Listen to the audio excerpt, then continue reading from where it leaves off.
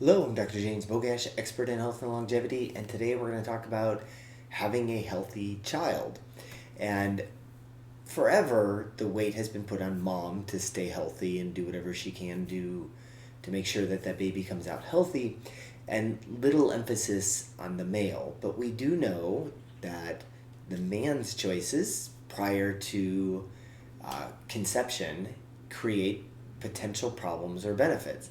So a man's overall health has everything to do with sperm quality, and we know that things like diabetes influences, in a bad way, sperm quality and can have problems then in the offspring. And I point this out because the whole fertility specialists in today's society generally don't work on lifestyle. They work on medications that force a body to get pregnant that is not ready for it. Like, the one thing the human body is designed to do is to propagate and reproduce. Any organism on the planet, that's their goal. And if a couple is not able to get pregnant, that's screaming that something is wrong. And almost all of these times, not all, but almost all of these times, that's a lifestyle. It's an exercise, it's a diet, it's a toxic exposure. We know that plastics and BPA and phthalates and the fragrances all affect fertility rates.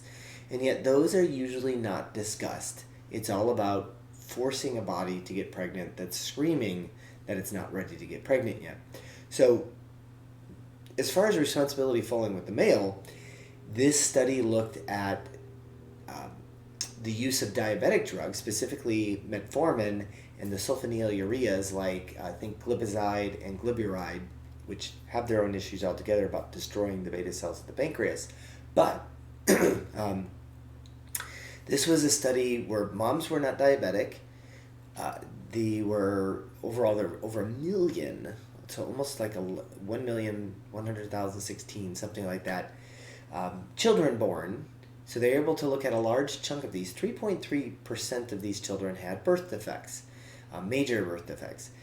And when they looked at the dads who had been taking during the time of sperm formation, so not years before or years after, but during the time of sperm formation, they found that metformin users were 40% higher risk of having children with major birth defects, and the sulfonylurea were not too far behind at 34%.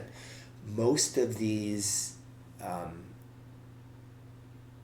birth defects were, or I wouldn't say most of them, the chance of having a male with a genital birth defect went up 339% with the use of these drugs. Like, that's significant.